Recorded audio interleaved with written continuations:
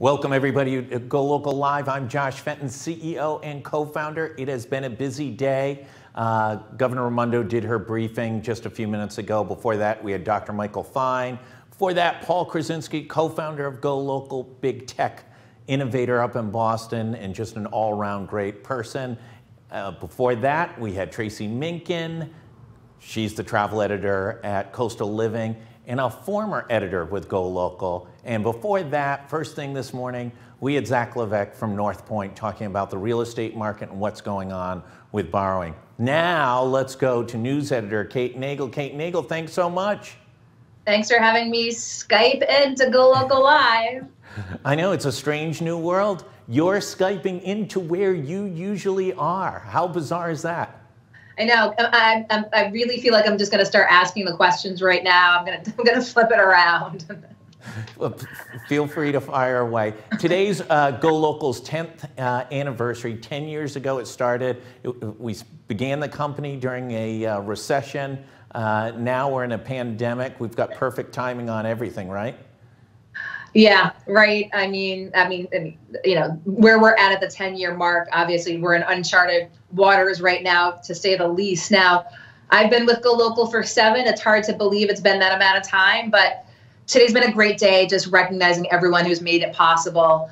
You know, the original team, Tracy Minkin, John Giorsi, Paul Krasinski, and then of course, Tracy Minkin, who was such an instrumental part actually for my coming to GoLocal. Since then, you've been here for the lion's share. Some of the people we've been able to add, let's talk about them. I mean, it's just been monumental. I mean, week in, week out, between the contributors who are able to, you know, share mindset pieces with us, to the regulars. Obviously, Jennifer Lawless, former professor at Brown University, joining us on GoLocal Live, you know, from the University of Virginia weekly to break down national politics. Ray Rickman, former state rep, deputy secretary of state, every Friday, his big view obviously has a worldview that spans a few decades. And of course, Bob Whitcomb, former Providence Journal editorial page editor, been with us for so long, the Sunday must read. And then Dr. Ed Iannicelli, former chair of Rhode Island Hospital. You know, we've really got a breadth of opinion across the board. And analysis as well. So it's really a great team. And of course, kudos to you and Paul for its inception 10 years ago. Yeah, we go back. I don't know if you caught the interview, but we laughed about some of the ridiculous things that took place. My favorite was when we'd go seeking funding. We were completely unaccomplished in gaining any funding before our launch, but we'd go to meet these, you know, venture capitalists and investors. And you could almost tell in the first 30 seconds whether or not the meeting was even worth the time. I always liked the meetings that started off when the investors would say, digital news organization, I don't know. People like to touch and feel their newspaper. They're never going to go for this. And well, we know. You go anywhere. I mean, you wait in line. You're at Starbucks. You're at CVS. You're any place. That phone is in your hand. And you are looking for updates. You're looking to engage, and you're looking for it quickly, accurately. And I think that GoLocal continues to do an excellent job leading the pack on all those fronts. Kate, in your 7 years, what's been the biggest ahas for you? Well, it's the constant innovation. I remember when I joined back in 2013, and you said, look, the position that you're in, the way that this company looks is going to be changing in 6 months, and it'll change again in 6 months.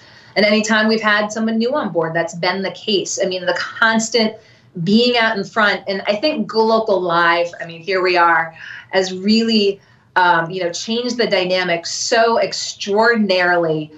You know, from the first time we did it back in the election in 2016, when Speaker Mattiello was down after the you know, polls had closed, but came into the Grange in Cranston, and here we were with an iPhone, and he's proclaiming victory, and boom, it just goes out to tens of thousands of people immediately, and then continually through the night. So that ability to be able to tap folks in Rhode Island who've got so many stories to tell, and you know, get that reaction, get that viewpoint right away. And I, you know, especially really like the international one as well, because so many things happen around the world with implications in Rhode Island, but it's great to get that perspective, outside of the ocean state.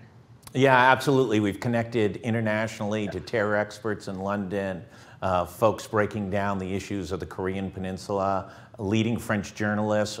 We shot in Paris live, the Yellow Vests, seeing how frustrated rank and file workers were in the economy in France. And then every week for the last few weeks going to Bolzano, Italy, and talking about how folks in Italy are dealing with the coronavirus. It really is a wildly interesting, and from working on it so much and so much time, it's always, always innovative, and it's great to get perspectives from around the world. My favorite interview was with the former Prime Minister of Ireland, which was just a great interview talking about the impacts of Brexit to Ireland, as well as then we had international flights from Green to Dublin and Cork, et cetera. And I just want to say, on the flip side of that, what we're able to do here and push out, one of the partnerships, the Warren Alpert Medical School, for instance, the great news the other week that dozens of students were graduating early to be able to join the workforce to address COVID. But every week, a lot of times you don't see the amazing work that's being done here in Rhode Island that can be shared, again, around the world. And I want Josh to tell the Terry Warrick story. The last piece that we did, Dr. Terrence Warrick at the Naval War College here in Newport, preeminent Korean Peninsula expert, the initial reports a week ago about Kim Jong-un, and he came in to sort of lay the groundwork about what media coming out of North Korea looks like. But Josh, I don't know if you've told this story yet, but in terms of... I have not. Yeah, so Terry Warrick, leading expert, he's on live. He gives a much more tempered evaluation of what the situation is. He has a lot more context. It really was in conflict with what CNN had reported just the evening before.